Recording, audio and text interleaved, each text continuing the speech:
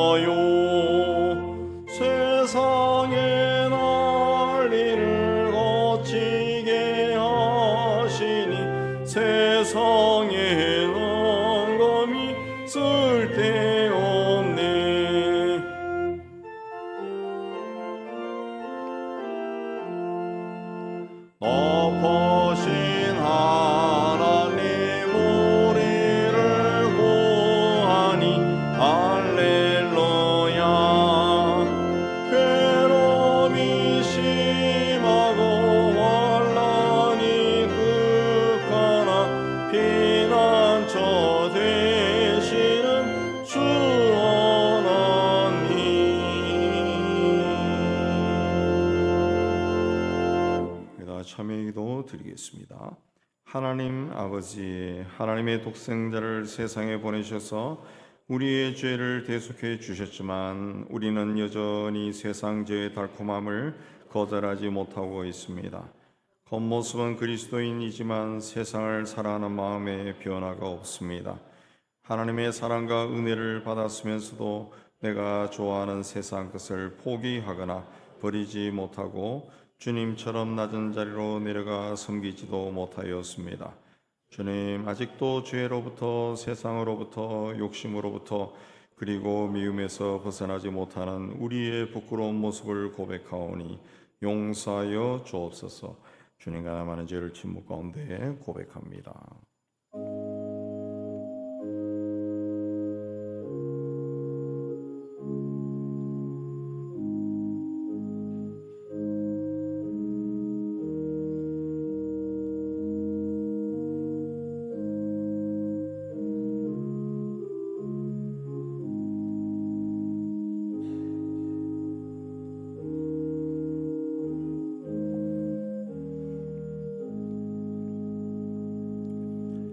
한 사람이 순종하지 아니함으로 많은 사람이 죄인 된 것 같이 한 사람이 순종하심으로 많은 사람이 의인이 되리라. 말씀에서 예수 주께서 우리 죄를 사하셨음을 선언합니다. 아멘. 신앙고백합니다. 전능하사 천지를 만드신 하나님 아버지를 내가 믿사오며 그 외아들 우리 주 예수 그리스도를 믿사오니 이는 성령으로 잉태하사 동정녀 마리아에게 나시고 본디오 빌라도에게 고난을 받으사 십자가에 못 박혀 죽으시고 장사한 지 사흘 만에 죽은 자 가운데서 다시 살아나시며 하늘에 오르사 전능하신 하나님 우편에 앉아 계시다가 저리로서 산 자와 죽은 자를 심판하러 오시리라. 성령을 믿사오며 거룩한 공예와 성도가 소리가 터는 것과 죄를 사하여 주시는 것과 몸이 다히 사는 것과 영원히 사는 것을 믿사옵나이다. 아멘. 우리 앉아서 458장 찬송합니다.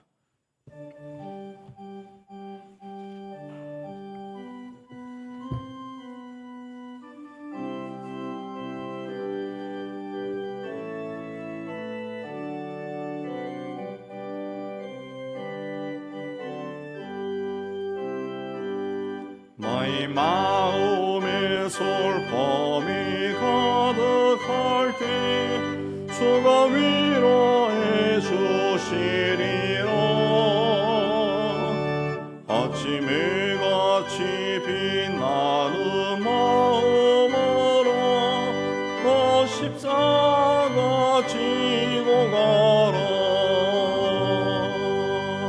참 기쁜 마음으로 십자가 지고 가라.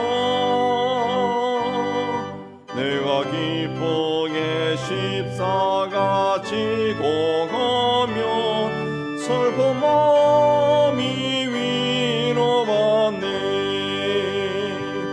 때를 따라서 주시는 은혜로서 가난 심령의 힘을 얻고 주가 언약한 말씀을 기억하고 너 십자가 지고 가라. 참 기쁜 마음으로 십자가 지고 가라.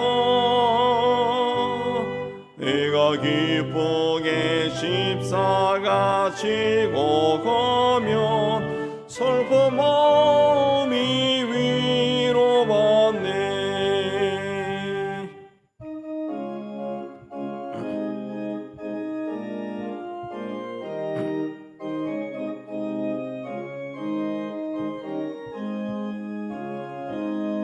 내가 맡은 일 성실히 행할 때에 주님 앞에서 상 받으리. 주가 베푸신 은혜를 감사하며 너 십자가 지고 가라. 참 기쁜 마음으로 십자가 지고 가라. 내가 기쁘게 십자가 지고 가면 슬픈 마음이 위로받네. 하나님 아버지, 독생자를 세상에 보내셔서 십자가의 제물로 삼으시고 우리를 구원하여 주시는 은혜에 감사드립니다. 주께서 우리 죄를 대신해서 고난 받으셨기 때문에 우리가 구원받아 하나님의 자녀가 되었음을 참 감사드립니다. 우리도 우리를 위해 십자가를 지신 주님을 사랑하는 믿음으로 살아갈 수 있도록 은혜를 다하여 주옵소서. 하나님 아버지, 호산나를 외치고 그리스도를 찬양하던 자들이 그리스도를 십자가에 못 박은 자들이 되었듯이 우리도 세상 욕심에 빠져 죄와 버타여 지내다가 주님을 잊어버리는 자가 될까 두렵습니다. 우리 안에 깊게 뿌리를 내리고 있는 죄악의 쓴 뿌리를 제거해 주시고 주님께 향유를 본 마리아처럼 주님께 온전히 헌신한 자가 되게 하여 주옵소서. 주께서 십자가의 보혈로 세우신 세상의 모든 교회와 주님이 택하신 모든 성도들이 복음을 앞세우고 세상을 구원하는 도구로 귀하게 쓰임받도록 은혜 다하여 주옵소서. 하나님 아버지, 세상 곳곳에서 전쟁과 내란과 폭력의 소식이 그치지 않고 들려옵니다. 그 참혹한 땅에 평화가 임하여서 그 땅에 사는 자들도 평화롭게 살 수 있는 날이 속히 오도록 은총을 다하여 주옵소서. 세상의 죄가 흘러넘칠수록 복음이 더욱 힘을 얻어 세상 사람들에게 소망을 주고 전파되게 하여 주시고 주님의 사랑을 경험하고 주님 앞에 돌아오는 사람들이 날마다 흘러넘치게 하여 주옵소서. 오랜 세월 동안 백성들의 삶을 통제하고 탄압하고 자신들의 배만 불리고 또한 무기로 이 땅의 평화를 해치는 북한의 지도층의 악한 꾀들이 이루어지지 않게 하여 주시고 이제는 하나님의 긍휼하심이 그 땅에 임하셔서 변화가 일어나게 하여 주옵소서. 속한 시일에 남과 북이 하나가 되어 대륙을 향해 온 세상을 향해 복음을 힘차게 전하는 그때가 속히 오도록 은혜 다하여 주옵소서. 하나님 아버지, 우리 사회에 흘러넘치는 미움과 증오와 정죄 양령들이 예수 이름으로 다 쫓겨나고 서로를 존중히 여기고 귀하게 여기는 이 백성들이 다 되게 하여 주옵소서. 무엇보다 우리가 이 시대에 하나님의 자녀로 부름을 받은 사실에 하나님의 뜻이 있다는 것을 믿고 우리를 통해 하나님이 원하시는 일이 무엇인지 살피고 그 일에 헌신하는 저희가 되게 하여 주옵소서. 오늘도 하나님 앞에 올라온 우리 성도들의 삶과 가정과 산업을 살펴주시고 막힌 것이 있으면 허물어 주시고 특별히 연약하여 투병하고 있는 성도들 그 아픈 곳에 친히 손을 대시고 깨끗하게 해주셔서 속한 시일에 우리와 함께 한자리에서 예배드리게 하여 주옵소서.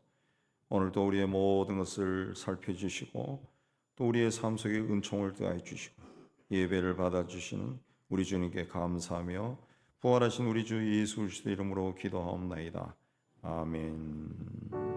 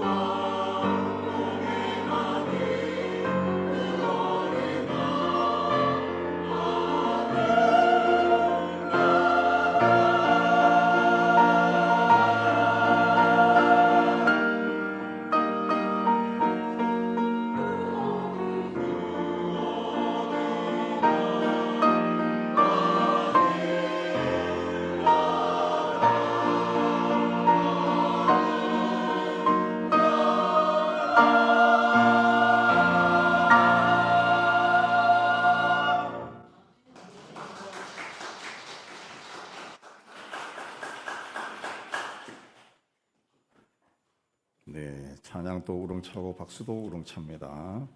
감사합니다. 자, 오늘 교회 소식. 지난 주일 입교한 분들 사무실에서 입교 증서와 사진을 받아가시면 되겠습니다. 피택자 교육은 식사 후에 시작되겠고요. 오늘 정심은 건종원 집사님, 윤종원 권사님 가정에서 어머니 장례를 치르고 위로해 주신 교우들에게 감사한 마음으로 대접합니다. 지금까지 한 2, 3개월 동안 주기도를 했는데 이번 주부터 수요 기도해서 성막에 대해서 공부하도록 하겠습니다. 기타 소식 보시고 하나님 은혜 가운데 또 교회 생활 잘 하시고 건강히 지내신 여러분 되시기 바랍니다. 주변에 계신 분들과 인사합니다. 주님의 이름으로 축복합니다. 네, 우리 다 일어나서 찬양하며 봉헌합니다.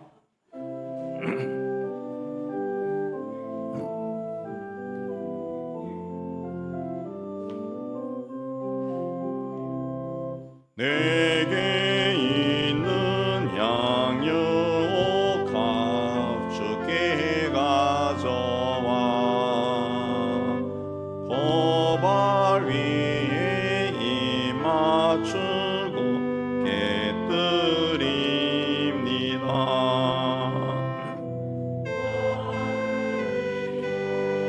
험한 산길 오르신 예수 걸음마다 거신 사랑 새겨놓았네.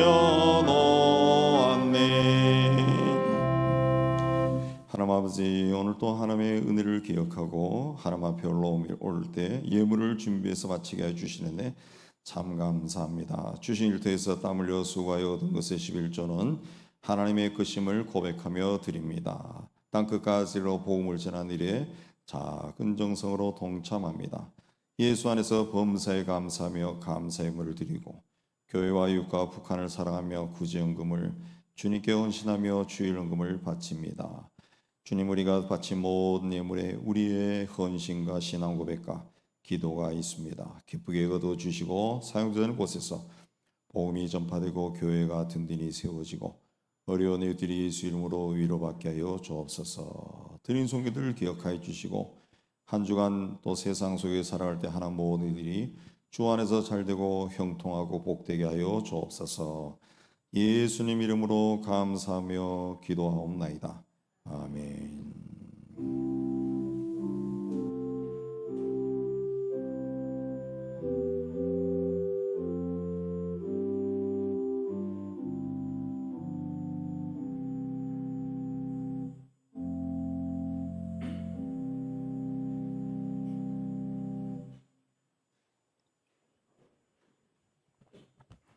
오늘 주시는 하나님의 말씀은 누가복음 24장 13절에서 35절까지입니다. 한 절씩 교도합니다. 그날에 그들 중 둘이 예루살렘에서 25里 되는 엠마오라 하는 마을로 가면서 그들이 서로 이야기하며 문의할 때 예수께서 가까이 이르러 그들과 동행하시나 예수께서 이르시되 너희가 길 가면서 서로 주고받고 하는 이야기가 무엇이냐 하시니 두 사람이 슬픈 빛을 띠고 머물러 서더라.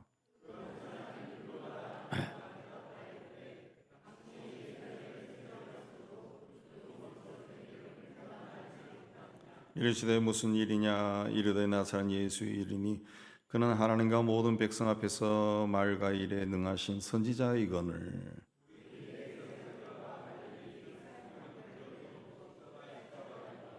우리는 이 사람이 이스라엘을 속량한 자라고 바라노라. 이뿐 아니라 이 일이 일어난 지가 사흘째요.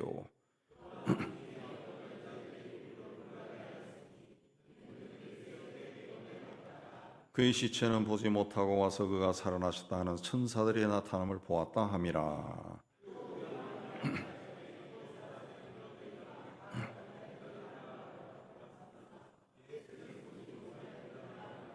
이르시되 미련하고 선지자들이 말한 모든 것을 마음에 더디 믿는 자들이여.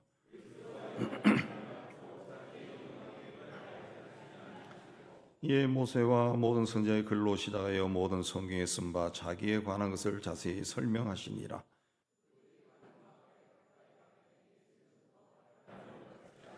그들이 강건하여 이르되 우리와 함께 유하사이다. 때가 저물어가고 날이 이미 기울었나이다 하시니 이에 그들과 함께 유하로 들어가시니라.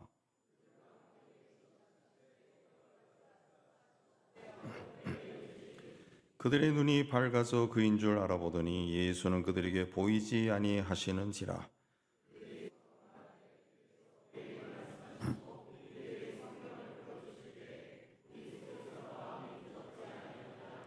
곧 그때로 일어나 예루살렘에 돌아가 보니 열한 제자 및 그들과 함께한 자들이 모여 있어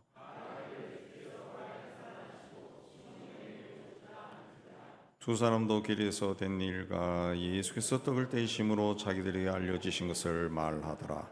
아멘. 기도합니다. 하나님 아버지, 이 시간 말씀을 받기를 원합니다. 전하는 종이나 받는 모든 성도들이 이 자리에 임재하신 성령 하나님의 교통함 가운데 있는 은혜로운 시간이 되게 하여 주옵소서. 함께 말씀을 받고 깨달은 것은 삶 속에 실천하여 하나님의 뜻이 이루어지는 은혜 안에 살게 하여 주옵소서. 예수님 이름으로 기도하옵나이다. 아멘. 자, 그날에 그랬습니다. 예수님이 부활하신 날, 안식 후 첫날이 저물어가던 그날입니다. 예루살렘에는 아직 예수님을 십자가에 처형한 그 사건의 여운이 남아 있었습니다. 예수께서 십자가에서 처형당하던 모습이 아직도 생생하게 남아 있습니다. 그런데 예수의 무덤에서 시신이 사라졌다.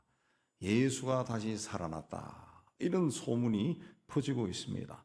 그 소문을 들은 사람들은 설마 죽은 사람이 살아날라고 의심하고, 예수와 가까웠던 사람들도 아니 이게 무슨 일인가, 이런 말이 퍼지다가 이거 예수 믿는 사람들 밖으로 나오면은 곤란해서 붙잡아서 예수처럼 또 곤욕을 치르게 하려고 하는 것이 아닐까 두려워하고 있었습니다.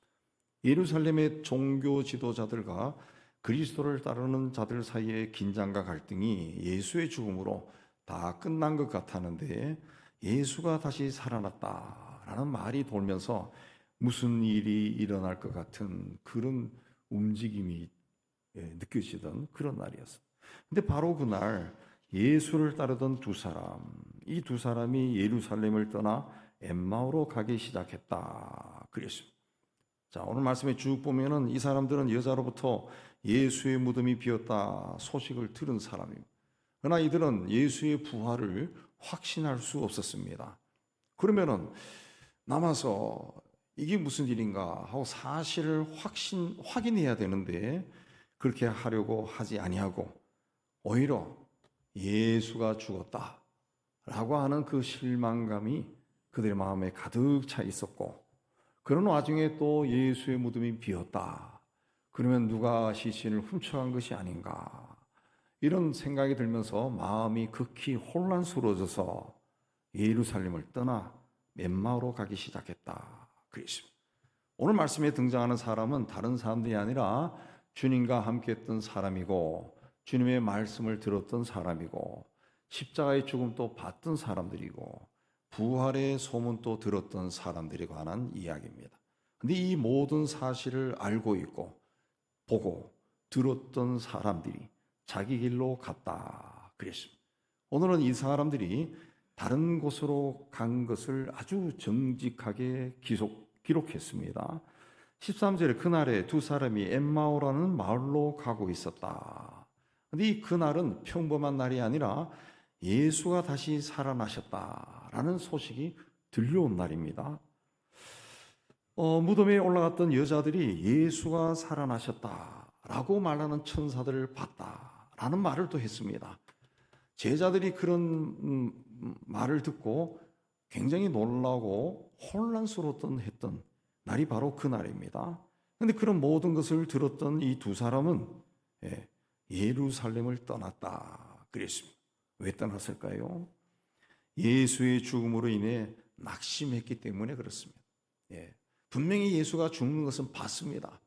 그러므로 그 사람이 가졌던 모든 기대감이 다 사라지고 절망한 거죠.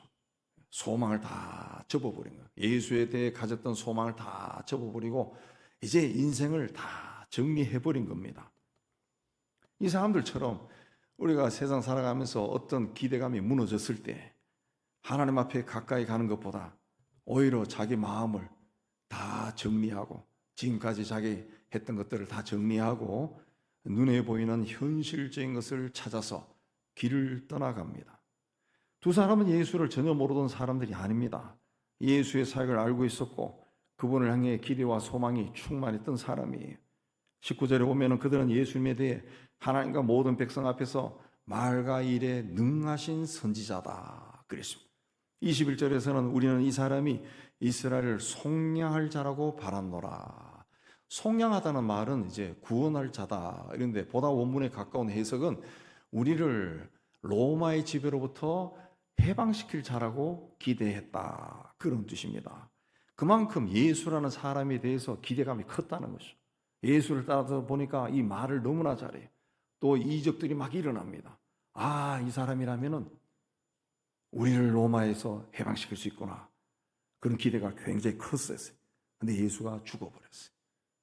그래서 마음이 무너져 내려버린 겁니다. 자, 이들은 예수를 따라다녔지만 자기들이 기대했던 방식으로 일이 이루어지지 않자 실망하고 결국은 예루살렘을 떠났다는 거죠. 이들은 하나님을 부정하지 않았습니다. 예수님이 행하신 놀라운 사역도 부인하지 않았습니다. 그러나 그들은 예수를 통해 이루어지는 하나님의 뜻이 무엇인지 몰랐습니다. 그들도 다른 유대인들처럼 세속적인 힘과 능력이 있는 다윗 왕국을 재건할 그런 메시아를 기다렸던 겁니다. 그런데 그 예수가 십자가에서 죽어버렸습니다. 그러자 우리가 기대했던 이분 또 메시아가 아닌가 보다 결론을 내린 겁니다. 예수 그리스도의 십자가의 죽음이 세상 죄를 위한 대속의 죽음이고 부활이 죽음의 권세를 이긴 것이고 결국 이 모든 것이 하나님이 우리를 죄와 죽음의 권세에서 구원하기 위해 행하신 것이라는 것을 이해하지도 못하고 받아들이지도 못한 겁니다. 예수에 대해서 자기 생각에 묶여 있었던 거예요. 그래서 예수의 무덤이 비었다, 부활했다 이런 소식이 들려와도 그냥 자기들이 갈 길로 가버린 겁니다. 어떤 면에서는 이 두 사람은 우리의 신앙과 비슷해 보입니다.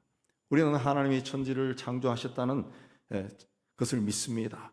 사람이 우연히 생긴 존재가 아니라 하나님이 손으로 지은 존재라는 것도 믿습니다. 역사의 흐름도 한 사람의 생명도 흥함과 쇠함도 인간의 복과하도 다 하나님의 손에 있다고 믿습니다. 그러나 우리는 우리에게도 하나님이라면 이렇게 하셔야 된다라는 내 생각이 있습니다. 내 생각이 있어요. 하나님이 살아계신다 말하면서도 현실에서는 내 생각과 경험과 판단을 하나님보다 더 중요하게 생각합니다. 그래서 내가 생각하고 기대했던 것과 다르게 인생이 진행되면은 하나님이 하시는 일이라고, 하나님이 나를 인도하신다고 믿지 않습니다.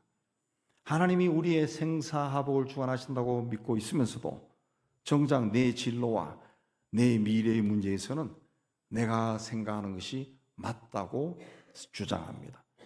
하나님의 뜻을 묻는 것보다 내가 받을 손해를 줄이고 내가 상처를 덜 받는 길, 내 체면을 세우는 길, 내가 생각할 때 덜 불안하고 덜 두려움이 오는 그런 길을 우리가 택하는 거예요. 신앙생활을 오래 했다고 해서 이런 문제가 사라지는 것이 아닙니다. 교회를 오래 다닌 사람도, 직분이 있는 사람도, 성경을 많이 읽는 사람도 자기 길을 갈 수가 있습니다. 왜냐하면 인간은 위기의 순간에 믿음보다 본능에 따라 움직이기 때문에 그렇습니다.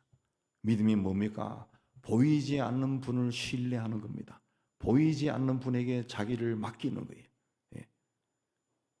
근데 위기를 만났어. 근데 하나님은 눈에 보이지 않아요. 근데 위기를 만났을 때, 고난을 만났을 때 누가 눈에 보입니까? 내가 눈에 보이죠. 나는 이 고난 속에서 막 헤매고 있는 내 모습이 보입니다. 그래서 본능적으로 인간은 스스로 자기를 지키기 위해 움직이는 겁니다. 덜 손해나고 나에게 좋아 보이는 것, 그것으로 나가는 거예요. 부활의 소식을 듣고도 엠마오로 가는 사람은 멀리 있는 나와 다른 사람의 이야기가 아닙니다. 주님을 아는 사람도 부활을 말하는 사람도 현실 앞에서는 충분히 자기가 좋아하는 길을 택할 수 있다는 것을 보여줍니다. 그러면 우리는 무엇보다도 내가 걸어가는 길을 정직하게 살필 수 있어야 돼요. 이게 정말 주님이 기뻐하는 일인가? 아니면은 주님을 이야기하고 주님을 부르면서도 사실은 내가 기뻐하는 길로 내가 가는 것은 아닌가? 정직하게 들여다봐야 됩니다. 그런데 부활하신 주님은 이 두 사람이 엠마오로 내려가는 길로 찾아오셨다 그랬습니다. 15절에 보면 그렇게 오신 주님이 이들과 동행하셨다 그랬습니다.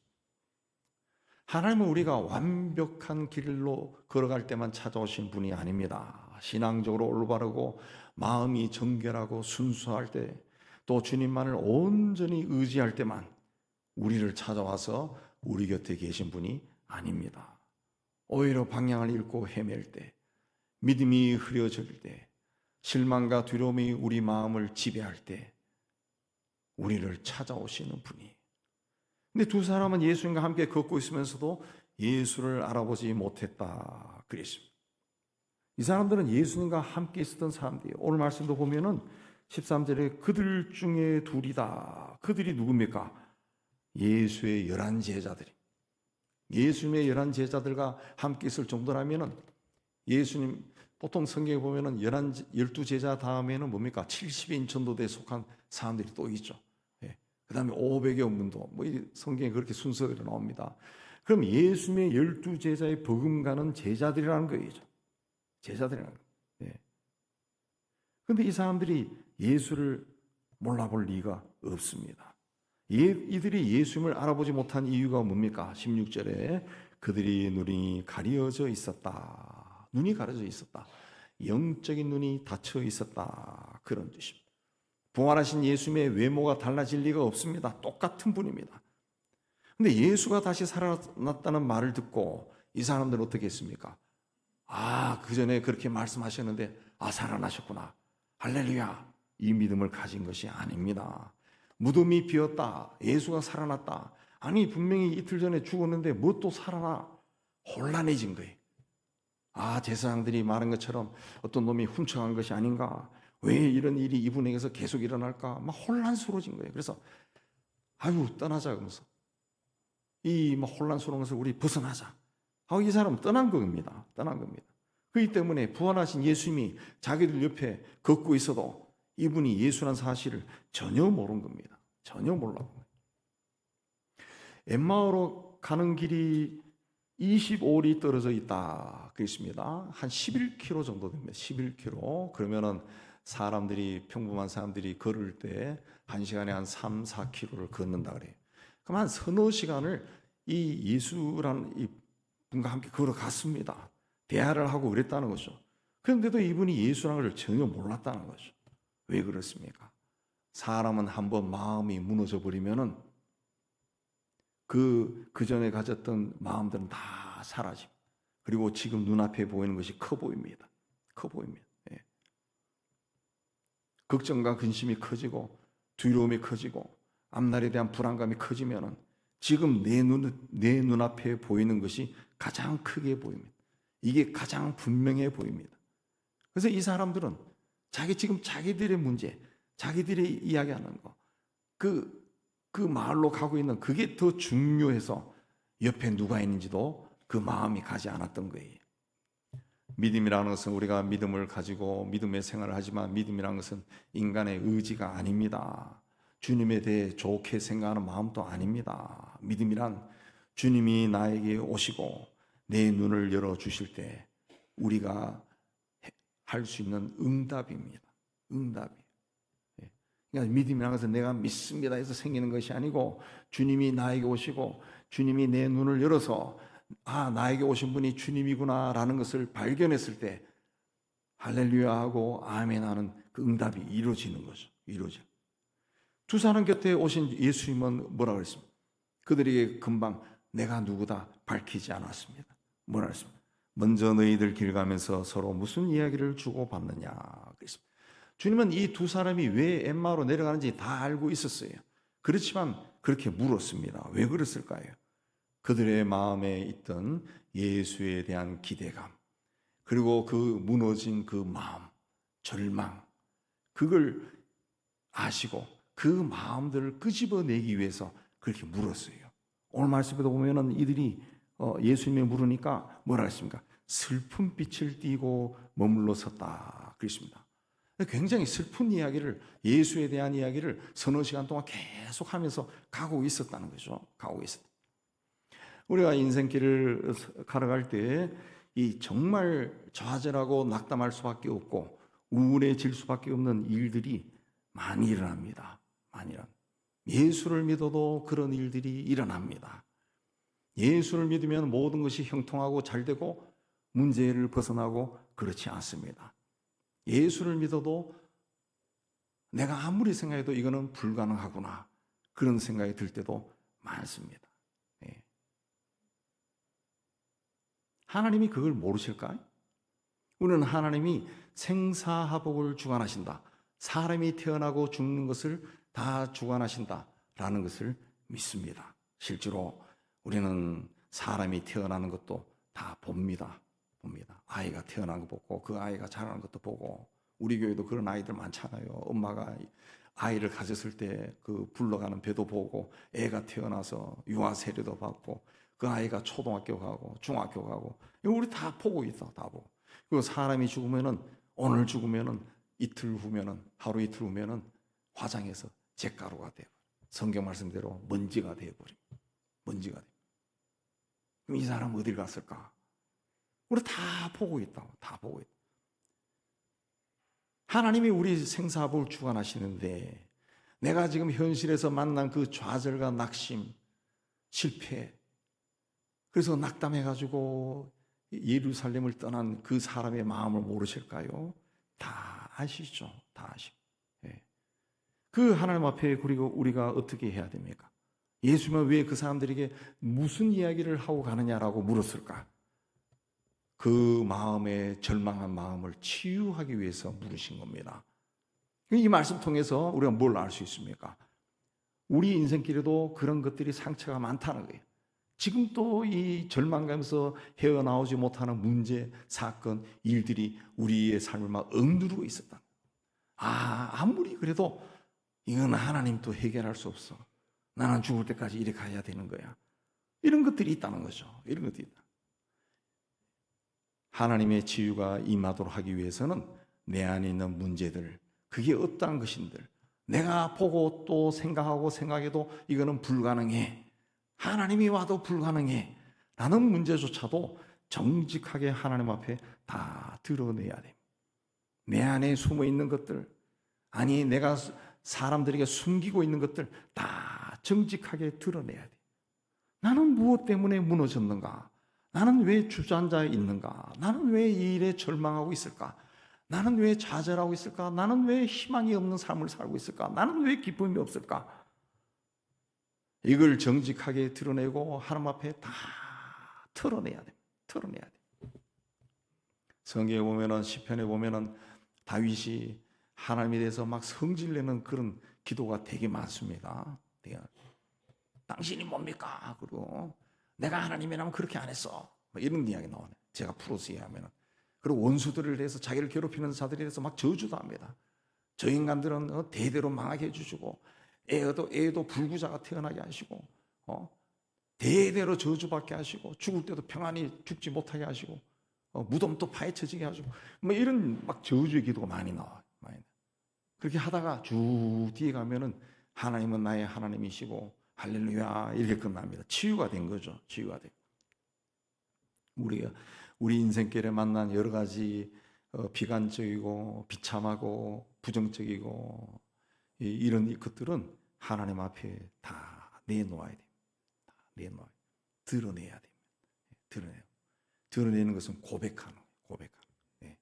고백해야 돼요. 어떤 이유로 주님이 내게 말씀하시는 것보다 내가 생각하고 가고자 하는 일이 더 옳다고 생각했는가? 왜 나는 그렇게 열심히 기도해도 기도의 응답이 없을까? 이런 것들을 다 고백해야 돼. 다 고백. 그때 주님의 치유가 시작이 되는 겁니다. 치유가 시작되는 거예요. 두 사람에게 질문하신 뒤에 예수께서 미련하고 선지자들이 말한 모든 것을 마음에 더디 믿는 자들아 라고 책망했습니다. 성경 말씀을 그대로 믿지 않는 이들의 완고한 마음을 꾸짖은 겁니다. 이 두 사람은 자기들이 이해할 수 있고 받아들일 수 있는 말씀만 믿었습니다. 주님이 영광을 받으시고 주님이 자기들에게 주실 영광을 원했지만 그러기 위해서는 주님이 고난을 받아야 된다라는 것은 이해하지 못했어요. 이스라엘이 회복되기를 기대했지만 메시아가 걸어가야 되는 십자가의 길은 보지 못한 겁니다. 오직 세상에 오실 메시아가 세상적인 힘과 능력으로 충만해서 로마를 쫓아주시고 다시 하나님 나라가 그 땅에 오기를 기다렸던 겁니다. 예수님이 두 사람의 그 완고한 마음, 좌절한 마음을 고칠 때 뭘 사용했습니까? 성경을 사용했습니다. 27절에 모세와 모든 선지자의 글로 시작하여 모든 성경에 쓰여 있는 자기에 관한 것을 자세히 설명하셨다 그랬습니다. 주님은 상처받고 좌절한 심령을 달래는 것에서 멈추지 않고 그들이 가진 잘못된 성경에 대한 이해를 바로잡아 주신 겁니다. 우리가 힘들고 어려운 일을 만났을 때 막 기도해도 기도가 막히고 기도가 안 돼요. 안 돼요. 하나님은 그래도 우리의 그 좌절한 심령을 치유하시고 우리의 인생길을 새롭게 인도하실 때 어떻게 하시느냐? 말씀을 통해서 하십니다. 우리는 가끔 내가 기도할 때 하나님이 환상 쪽에 나타나서 누구야 고생 많이 했다 이제 문을 열어줄 테니까 그 길로 가라 이런 걸 굉장히 기대합니다. 그러나 성경 읽어보면 믿음의 조상들이 또 그런 일이 평생에 한두 번밖에 없습니다. 엘리야 같은 사람도 하나님 앞에서 그런 말 들은 적이 몇 번밖에 되지 않습니다. 이사야도 마찬가지. 평범하게 사는 우리에게는 더할 말할 것도 없습니다. 말할 것도. 그러나 이미 하나님은 성경을 통해 가지고 하시고 싶은 말씀을 다 적어놨습니다. 그 성경 읽어야 돼. 성경 읽어야 돼. 무조건 읽어야 됩니다. 근데 우울하고 기도도 할 맛이 안 나는데 무슨 성경을 읽습니까? 읽으면 맨날 어려운 이야기 투성이라서 이해도 안 되는데 그래도 읽는 겁니다. 그래도 읽어요. 예. 그 일본의 그 유명한 변호사가 쓴 7번 공부법이라는 그 책이 있어요. 자기는 뛰어난 사람이 아니라는 거예요. 그 자기는 범죄라는 거예요. 평범한 사람이야. 근데 왜 내가 도쿄 법대를 하고 고시를 패스하고 이 변호사가 되느냐? 자기는 자기가 너무 능력이 없는 자를 알기 때문에 무슨 책을 읽어도 7번을 읽었다는 거예요. 7번. 네. 그것도 그냥 휘추휘추 하는 게 아니라 자세하게 처음처럼 똑같이 7번을 읽었다는 거예요. 그러니까 다 이해가 되고 머릿속에 다 살아나더라는 것이. 그 사람의 공부법이 7번 공부법. 우리나라에도 번역돼 나와 있습니다. 유명한 책. 7번 봤다는 거죠. 7번. 7번. 제가 유학 떠날 때에 여러분 외국 유학 경험 있는 장로님들이 찾아와서 저한테 권면을 해서 그 중에 아직도 기억나는 것이 다 돌아가셨습니다. 강 목사님 가서 공부할 때 하나님 그 생각하고 그 다음에 가족 생각하고 하나님 외에는 없다는 거죠. 누가 뭘 해도 그 사람들 이야기 듣지 말고 하나님 그리고 가족이 최고입니다. 그리고 마지막에 엉덩이 믿으라는 거죠. 엉덩이가 뭐냐? 절대로 의자에서 일어나지 마세요. 생각하고 뭐가 안 되고 뭐가 답답해도 일어나지 마세요. 거기서 계속 붙어 있는 겁니다. 읽었던 거 또 읽고 또 읽는 거예요. 그러다 보면은 어느 순간 다 이해됩니다. 그게 참 굉장히 중요하더라고. 네, 굉장히 중요합니다. 네. 정말 그렇게 했어요. 지금까지도 뭔가 이해 안 돼도 그냥 막 보는 겁니다. 또 읽고 안 되면 앞에서부터 다시 읽고 7번을 읽는 거예요. 엉덩이를 벗어나지 않는. 네. 엉덩이를 벗어나죠. 네.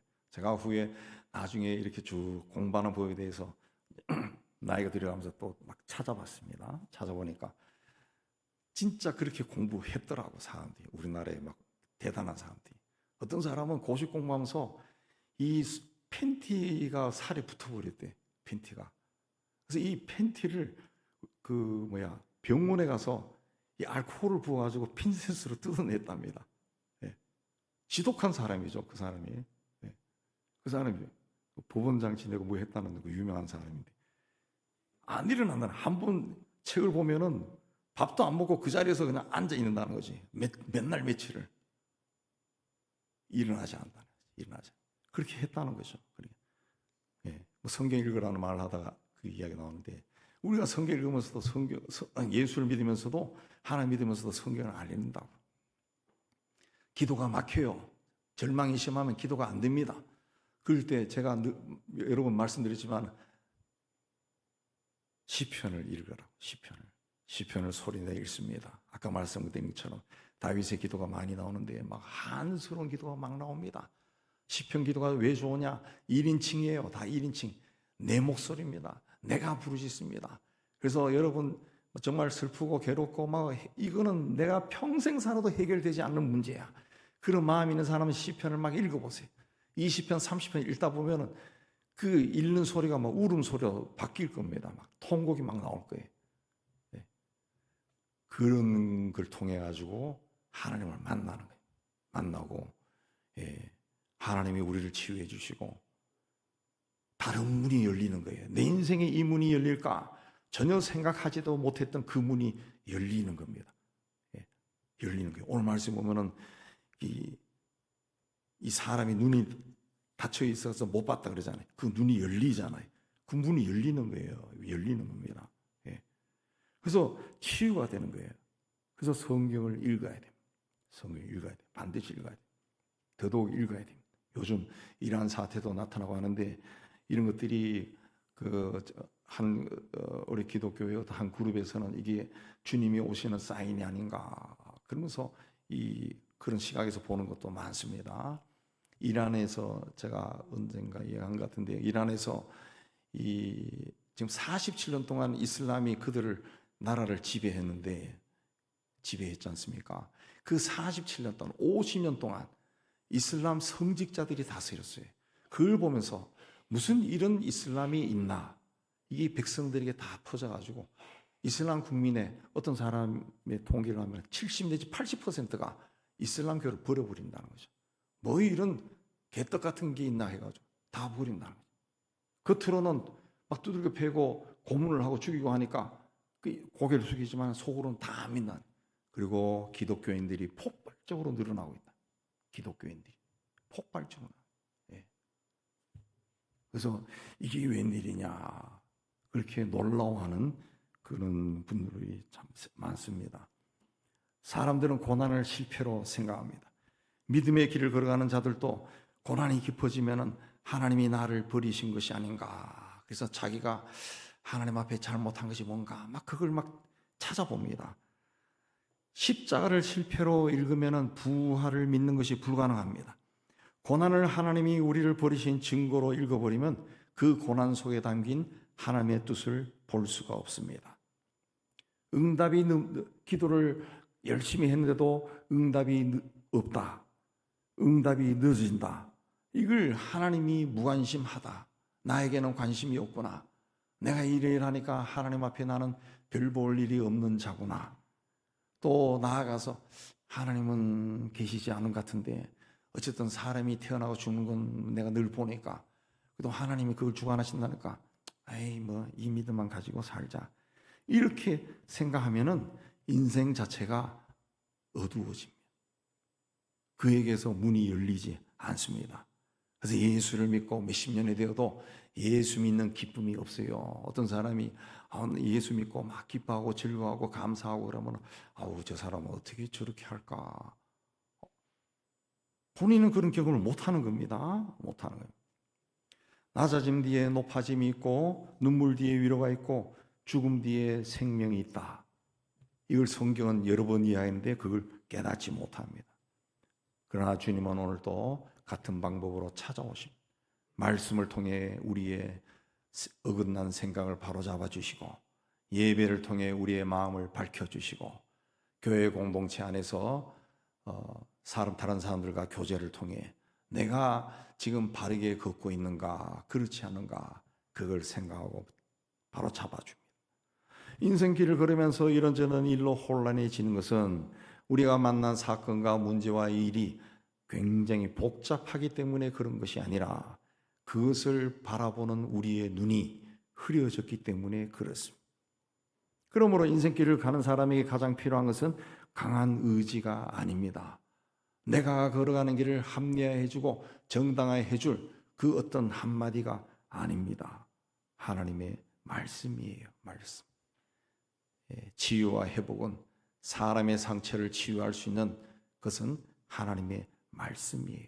사람을 지으신 하나님의 말씀밖에 없습니다.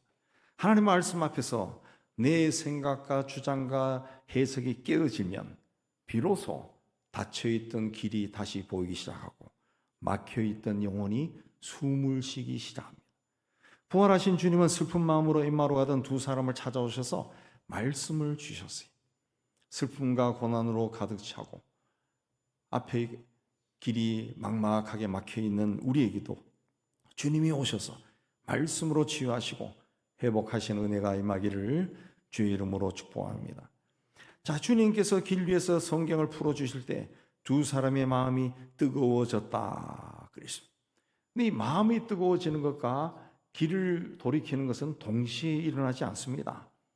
마음이 뜨거워졌다고 바로 순종하지 않습니다. 그냥 마음이 뜨거워진 상태로 가는 사람도 천지입니다.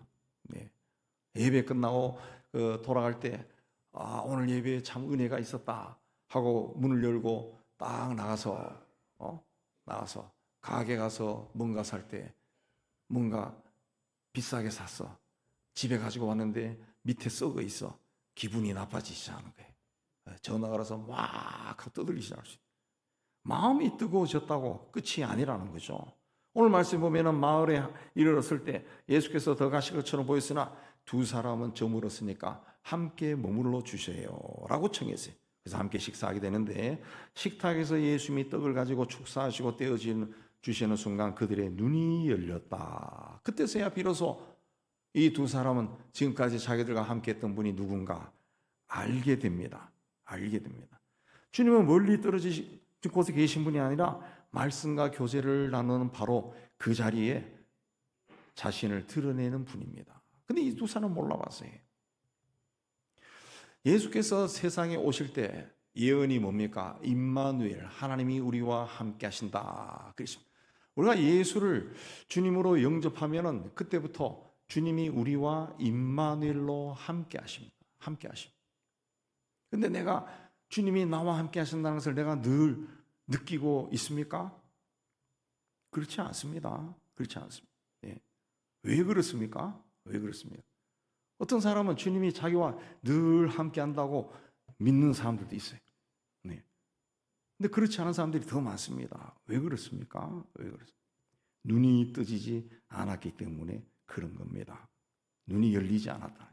그러니까 주님을 안다는 것은 성경을 공부해서 지식적으로 알고 깨닫는 것이 아닙니다. 말씀을 통해 가지고 주님을 보는 관점이 바뀌는 거예요. 관점. 보는 눈이 달라지는 겁니다. 달리 하면은 눈이 열려서 주님의 은혜가 뭔지 깨닫게 되는 겁니다. 이게 주님의 은혜구나. 깨닫게 되는 거예요. 그 깨달아서 눈이 열렸을 때 두 사람이 어떻게 했습니까? 그날 밤에 바로 예루살렘에 다시 돌아갔어요. 서너 시간 걸어왔는데 밥 먹다가 다시 돌아간 겁니다. 조금 전까지 예루살렘은 정말 벗어나고 싶은 곳이었어요. 예수에게 걸었던 기대가 그분이 죽으면서 처참하게 죽는 것을 봤습니다. 장사 지는 것도 봤어요. 다 무너져 내렸습니다. 그게 잘못됐다가 예수처럼 붙잡혀서 고난을 당할까 봐 두려움이 가득 친 그런 곳이었습니다. 그러나 지금까지 자기들과 함께했던 분이 부활하신 예수라는 것을 아는 순간 그들은 예루살렘으로 돌아갑니다. 우리가 예배 가운데 은혜를 받고 말씀을 듣고 깨닫고 또 찬양 중에 감동을 하기도 합니다. 근데 생활의 모습은 그대로 있을 수 있습니다. 삶의 방향은 전혀 바뀌지 않을 수 있습니다. 그대로 내가 생각하고 내가 계획하고 내가 고집부리던 그 길로 계속합니다. 계속합니다. 하나님의 말씀을 듣고 아멘 해도 그 순종하기보다 내 계획을 이루게 해달라고 오히려 더 간청합니다. 그러면은 그게 완전히 회복된 것이 아닙니다. 오늘 말씀처럼 마음이 뜨거워졌어요. 예, 뜨거워졌습니다. 네. 우리가 이제 그 요리할 때 냄비나 후라이팬을 이제 레인지에 올려놓고 딱 할 때, 예, 데워질 수 있죠. 따뜻해질 수 있지만은 그게 끓지 않으면은 이게 음식이 익지를 않아요. 되지를 않습니다. 이 마음이 뜨거워졌다. 조금 뜨거워질 수 있다는 거죠. 근데 길은 바뀌지 않았어요. 근데 두 사람은 주님이라는 것을 알아본 순간 자기 생각을 고수하지 않았습니다. 여러 가지 상황을 생각하지 않았어요. 예루살렘으로 돌아가면은 체면상 민망할 수도 있습니다. 감정상 부담스러울 수 있어요. 아마 어떻게 떠난지는 이게 나오지 않지만은 아마 제자들과 별로 이래 아름답게 헤어지지 않았을 수도 있어요. 제자들이 아마 아니 이런 소식 듣는데 왜 가려고 그래? 그러나 아우 뭐 우리 뭐 믿어서 그거 이상하잖아 하고 떠났을 수도 있습니다. 그런 계산한 것이 아니라 이 두 사람은 주님을 본 것을 빨리 전하고 싶어서 돌아갔다 그랬습니다. 하나님이 천지 만물을 지으시고 인간의 생사업을 주관하신다는 것을 믿는 것은 머리로만 이해하고 인정하는 것은 교리가 되어버립니다. 그 믿음이 내 발걸음을 바꿔야 됩니다. 내 인생의 방향이 바꿔져야 됩니다. 정말 하나님이 내 인생과 삶을 주장하시는 분이라면은 내가 정한 길이 내가 가고 있는 것이 절대적인 것이라고 믿어서는 안 돼요. 정말 주님이 살아계셔서 내 인생을 인도하신다는 것을 내가 믿는다면 내 계획을 붙들고 이것을 축복해 달라고 울며 불며 하는 것이 아니라 주님의 뜻 앞에서 내 계획을 내려놓을 수 있어야 돼요. 부활신앙은 예수가 다시 살아나셨다라는 것을 아는 것이 아니라 그 살아나신 주님 앞에서 내 인생길의 방향을 다시 세우는 겁니다. 주님과 함께하는 삶을 살겠다고 결단하는 겁니다. 가야 할 길로 가고 멈춰야 할 자리에서 멈추고 버려야 할 고집을 내려놓고 돌아가야 할 자리로 돌아가는 겁니다. 내가 지금 붙들고 있는 길이 정말 주님이 기뻐하는 길인가? 나는 여러 가지 이유로 주님이 기뻐하는 길을 지금 거부하고 있는 것은 아닌가? 하나님의 뜻을 묻는다고 말은 하지만 결국 내 뜻을 이루게 해달라고 고집하고 있는 것은 아닌가? 여기에 정직하게 답을 할 수 있어야 길이 열립니다. 문이 열립니다. 그런 사람을 주님은 외면하지 않습니다. 가까이 오시고 말씀을 나누시고 은혜를 보는 눈을 열어주십니다. 엠마오로 가는 길은 멀리 있지 않습니다. 실망이 깊어질 때, 기도가 답답해질 때, 응답이 없을 때, 오랫동안 붙들었던 기대와 소망이 무너질 때 누구나 다 엠마오로 갈 수 있어요. 더 기다리는 것보다 스스로 정리하고 하는 것이 속편하다고 그런 느낄 때, 보이지 않는 하나님의 약속보다 눈에 잡히는 현실이 더 확실하게 보인다는 것을 확실하다고 느낄 때 우리도 엠마오로 갈 수가 있다는 거죠. 그래서 두 사람은 조용히 예루살렘을 떠났습니다. 우리도 조용히 떠나갈 수가 있습니다. 그러나 주님은 절망감으로 가던 사람을 그냥 버려두지 않았습니다. 낙심 속에 있는 사람을 찾아와 그와 나란히 걸으시고 왜 그렇게 슬퍼하느냐라고 물으시고 상처와 상실과 슬픔으로 뒤엉킨 마음을 말씀으로 풀어주셨어요. 눈앞의 현실에 짓눌러 있던 영혼을 치유해 주시고 가야 할 길로 돌아가게 하셨습니다. 예수께서 살아나신 사실은 단지 과거의 사건이 아닙니다. 그분은 지금도 살아계신다라는 뜻입니다. 그러므로 살아계신 주님 앞에서 더 이상 제 길을 고집하지 아니하고 그분의 손에 내 삶을 맡기신 것이 예수의 부활을 믿는 자의 삶입니다. 주님을 믿는 사람은 자기 계획을 주장하는 것이 아니라 주님이 나와 함께 하시는 그 자리를 더 소중하게 여기는 사람입니다. 주님이 우리를 찾아오셔서 우리의 눈을 열어주셔서 이 시대에 우리가 가야 할 길을 분명하게 보여주시는 은혜가 우리 모두에게 임하기를 주님의 이름으로 축복합니다. 하나님 아버지, 엠마오로 가는 사람들, 그 사람들이 바로 다른 사람이 아니라 우리가 그 길로 갔습니다. 우리는 우리 생각대로 주님을 믿었고 우리의 계획을 주님 앞에 펼쳐놓고 이대로 해달라고 고집을 부렸고 그것이 이루어지지 않으면 좌절하고 실망하고 소망이 없고 그냥 속상하고 원망하고 불평하는 마음을 가지고 살았습니다. 그러나 우리를 십자가에서 죽으면서까지 사랑하시고 구원하신 주께서 우리의 삶을 실망으로 가득 찬 삶으로 인도하지는 않는 줄을 저희가 믿습니다. 우리의 상처를 치유해 주시고 다시 일으켜 주시고 무엇보다 주님의 손을 붙잡고 이제는 주님께서 내 삶을 인도해 주시고 주님이 인도하시는 길에 순종하는 자가 되게 해달라 기도하고 주님과 동행하는 임마누엘로 우리와 함께 하신 그분을 볼 수 있는 눈이 뜨지게 하여 주옵소서. 예수님 이름으로 기도하옵나이다. 아멘. 449장 우리 찬송할 때 3절하고 간주합니다.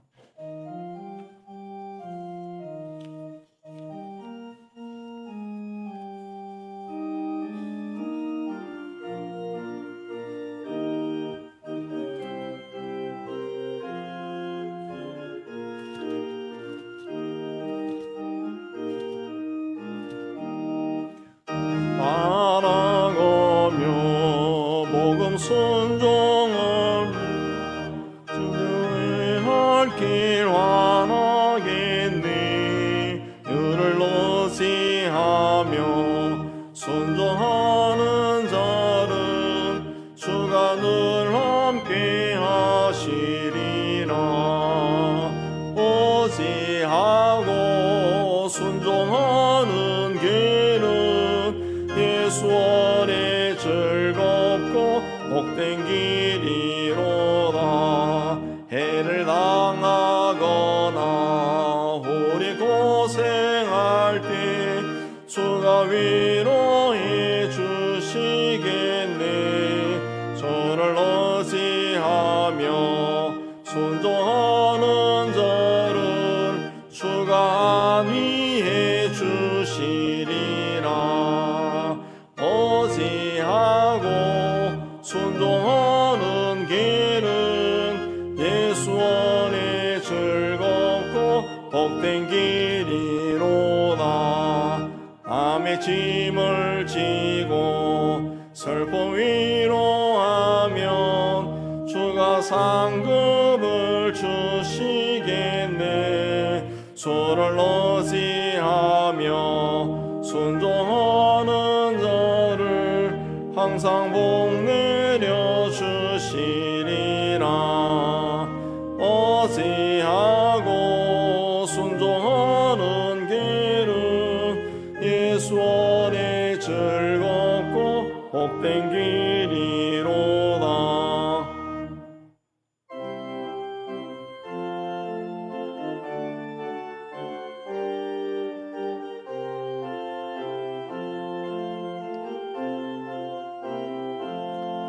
우리 모든 것을 주께 다 드리면 우리 기쁨이 넘치겠네.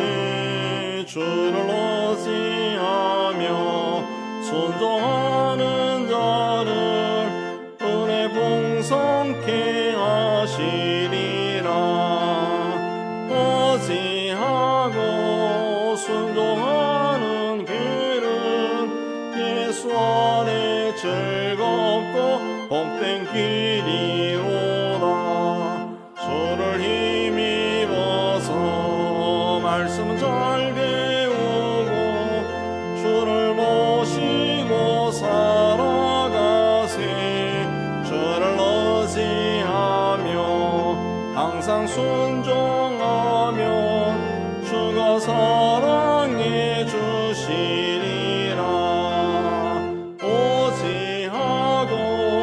순종하는 길은 예수 안에 즐겁고 복된 길이로다. 예배당 떠나기 전에 받은 말씀 생각하며 하나님 앞에 결단하고 헌신한 시간 갖겠습니다. 하나님 아버지, 오늘도 하나님 앞에 부르시고 예배로 영광 돌리게 해주시고 말씀을 주시고 다시 세상 속에 들어가게 해주신 데 감사합니다. 세상의 죄의 건세가 아무리 크다 할지라도 우리 주님 세상을 다 이기시고 우리와 영원히 함께 하신다고 약속해 주셨습니다. 우리 주님의 손을 꼭 붙들고 무슨 일을 만나도 두려워하지 않으며 하나하나 정복해 나아가는 저희가 다 되게 하여 주옵소서. 예수님 이름으로 기도합나이다. 아멘. 세상의 희망을 선포합니다. 시작. 하나님의 희망을 보리라.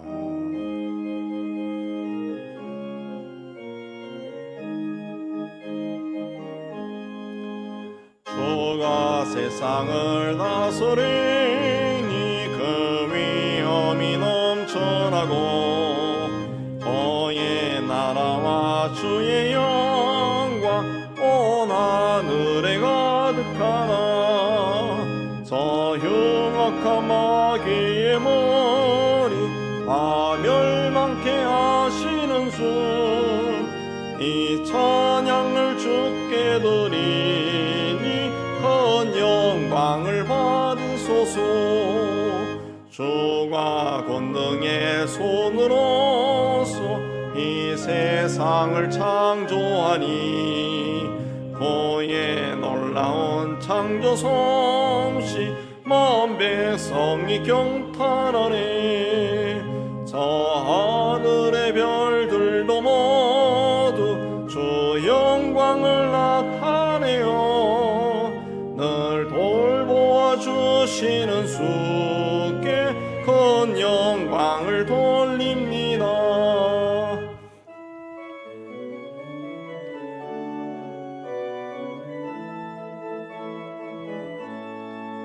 주가 세상의 피조물 인간에게 다 맡기고 순종하라는 말씀으로 그 권위를 주셨도다. 온 땅 위에 주님의 위엄 늘 넘치며 가득하니 그 나라와 주님의 영광 온 천하에 찬란하다. 여호와는 내게 복을 주시고 너를 지키시기를 원하며 여호와는 그 얼굴을 내게 비추사 은혜 베푸시기를 원하며 여호와는 그 얼굴을 내게로 향하여 드사 평강 주시기를 원하노라. 이제는 우리 주 예수 그리스도의 은혜와 하나님 아버지의 사랑하심과 성의 교통하심이 죄의 몸된 교회와 세상 속으로 터지는 하나님의 자녀들 위해 이제부터 영원까지 함께 있을지어다. 아멘.